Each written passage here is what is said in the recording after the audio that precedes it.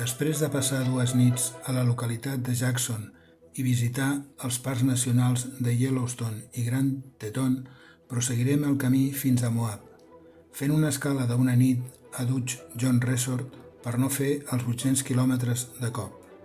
Per la tarda visitarem el mirador de Flaming Gorge, una reserva natural creada en un embassament del Green River, que és un afluent del riu Colorado.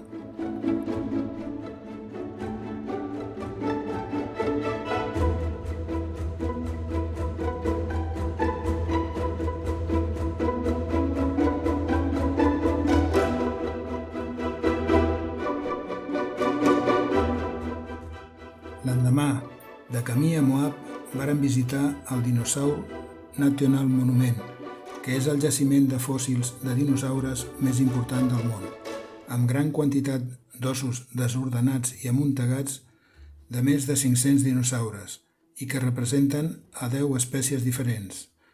Les restes corresponen al període Juràssic i tenen més de 150 milions d'anys d'antiguitat.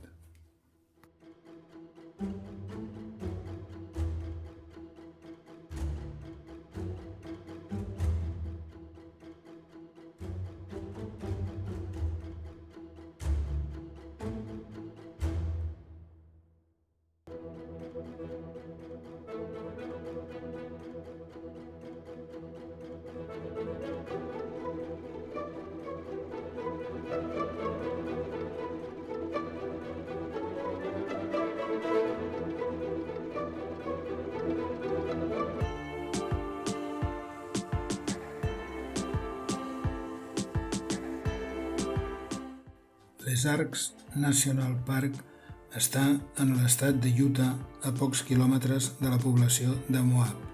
Conté més de 2.000 arcs de pedra natural, la major part d'arenisca de color vermell suau.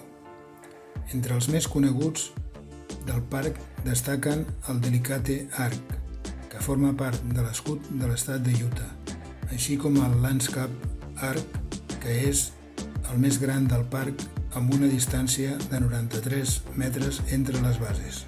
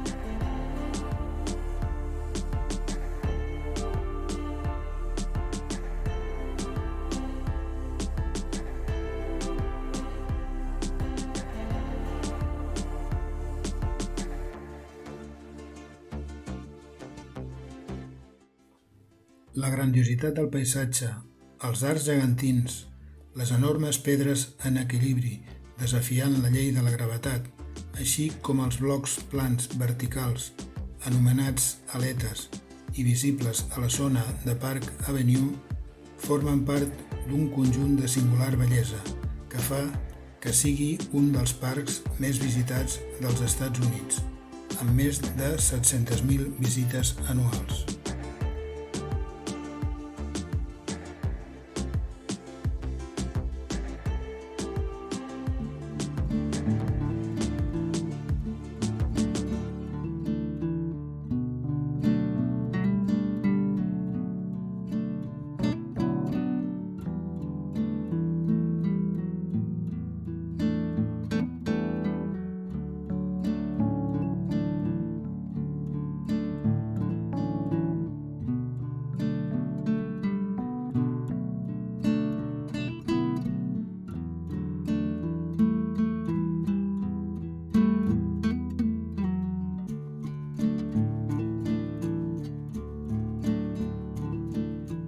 Canyonlands National Park, o Terra de Canons, forma part d'un paisatge de color erosionat pels rius Colorado, el riu Green i els seus afluents.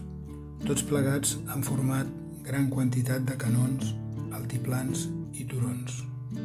La nostra visita al parc va ser pel matí, ja que per la tarda havíem de seguir el camí fins a Monument Valley.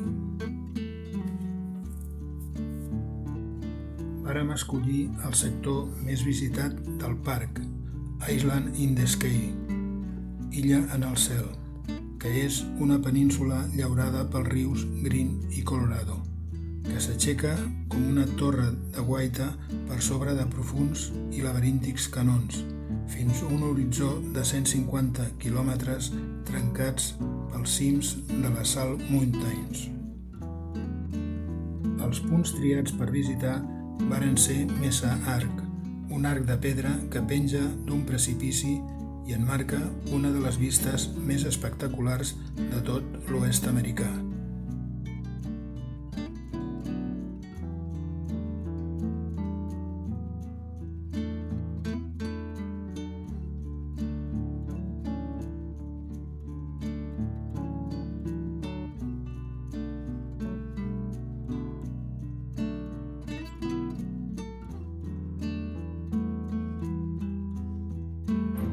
Monument Valley és una gran depressió situada a la frontera del sud de Utah amb Arizona i es troba dins de la reserva dels natius Navajo.